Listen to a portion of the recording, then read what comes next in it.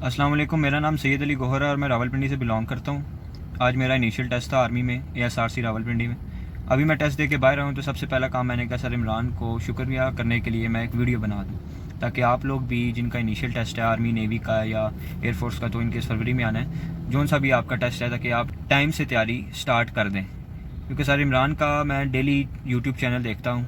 Almost कल रात को मैंने उनका चैनल्स की जितनी वीडियो थी जो रीसेंट टेस्ट की वो देखी थी, तो उनसी में से जो ज़्यादा सवाल वो रिपीट भी हुए हैं।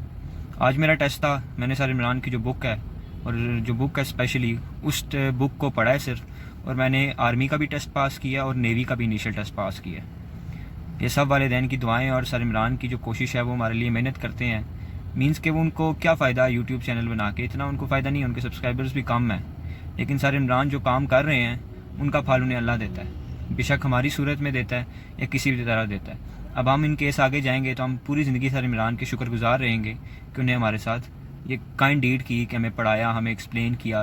और सर इमरान का जो व्हाट्सएप नंबर है, कोई भी क्यूरी आपको है रिलेटेड टू बुक या जो भी प्रॉब्लम है, उन्हें कभी आपको मीन्स कि आपने मैसेज किया है, कभी उन्होंने आपको 2 से 3 सेकंड के अंदर अंदर रिप्लाई करते हैं। वो जो भी आपको क्यूरीज है वो आपकी सॉल्व करते हैं।